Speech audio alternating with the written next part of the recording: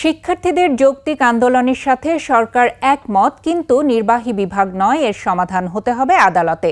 বিচারাধীন বিষয়ে নির্বাহী বিভাগ হস্তক্ষেপ করতে চায় না সরকার। স্বরাষ্ট্র ও জনপ্রশাসন মন্ত্রী সরকারের এই অবস্থান তুলে ধরেছেন। মেধাবীরা আন্দোলন না করে নিজেদের যুক্তিতর্ক আদালতে পেশ করে সঠিক সমাধান বের করতে পারবে বলে মত দিয়েছেন তারা। রিপোর্টে বাকিটা জানাচ্ছেন মোহাম্মদ নুরুন নবী। প্রতিবেশী দেশ তো বটেই, অনেক উন্নত দেশেও কোটা পদ্ধতি থাকে।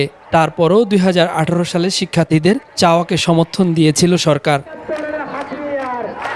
5 জুন একটি রায় এসেছে আদালত থেকে, যদিও সেই রায়টির স্থগিতাদেশ দিয়ে 4 সপ্তাহ সময় বেঁধে দিয়েছে উচ্চ আদালত। শিক্ষার্থীদের শ্রেণীকক্ষে ফেরার পরামর্শ দিয়েছেন প্রধান বিচারপতি, কিন্তু মাঠের আন্দোলন থেকে সরেনি শিক্ষার্থীরা। এই অবস্থানকে সমর্থনযোগ্য নয় বলছেন সরকারের মন্ত্রীরা। সাফ জানিয়ে দিলেন, আদালতের বিষয়ে আদালতের সিদ্ধান্ত হতে দিতে হবে। আমরা কিন্তু আদালতকে আমরা সম্মান করি, শ্রদ্ধা করি। আদালতের বিষয়টি আদালতে গিয়েই কিন্তু সমাধান করতে হয়। যাবে তারা যখন যুক্তিগুলো শুনবে, তাদের বোনদের কি হবে, জেলা কোটার ক্ষেত্রে কি হবে, আচ্ছা মুক্তিযোদ্ধার সন্তান বা পোষ্যদের জন্য কি হবে, সেখানে বিস্তারিত যখন আলোচনা হবে সেখানে সমাধান সম্ভব। কোনো কুচক্রী মহলের প্ররোচনায় প্রভাবিত না হবারও আহ্বান জানান মন্ত্রীরা। বলেন, শিক্ষার্থীরা চাইলে সব ধরনের সহযোগিতাও দিতে প্রস্তুত সরকার। তাদেরকে ব্যবহার করার জন্য এখন কাজ শুরু করে দিয়েছে, দৌড়ঝাঁপ শুরু করে দিয়েছেন। আমি মনে করি আমাদের এই ছাত্র সমাজ তাদের কুমন্ত্র তাদের কানে নিবে না, কারির দ্বারা পরিচিত হবেন না। কারণ একদল মানুষ আছে যারা দেশের কল্যাণ চায় না।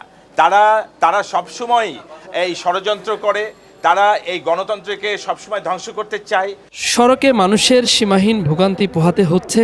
আন্দোলন সবকিছু ধৈর্য সহকারে সহ্য করছে সরকার। সীমানা ছাড়িয়ে গেলে হাত গুটিয়ে বসে থাকবে না আইনশৃঙ্খলা বাহিনী। কোর্টে গেলেন না, যে প্রবলেমটা কোর্টে, সেখানে না গিয়ে যদি রাস্তায় আমরা ব্যারিকেড করি, আমরা ভোগান্তি সৃষ্টি করি, জনদুর্ভোগ সৃষ্টি করি, এটা করা একটা অনুচিত, অযৌক্তিক একটি কাজ। তখন জানমালের নিশ্চয়তার অভাব হয়ে যায়, যখন অনৈতিকভাবে কোনো সিচুয়েশন তৈরি হয়, সেইগুলি করতে হলে পুলিশ বসে থাকবে না। কোটা ব্যবস্থা না থাকায় নারীদের প্রতিনিধিত্ব, জেলা প্রতিনিধিত্ব ও অনগ্রসর জনগোষ্ঠীর উল্লেখযোগ্য হারে সরকারি চাকরিতে কমে যাচ্ছে বলে জানান সরকারের 2 মন্ত্রী।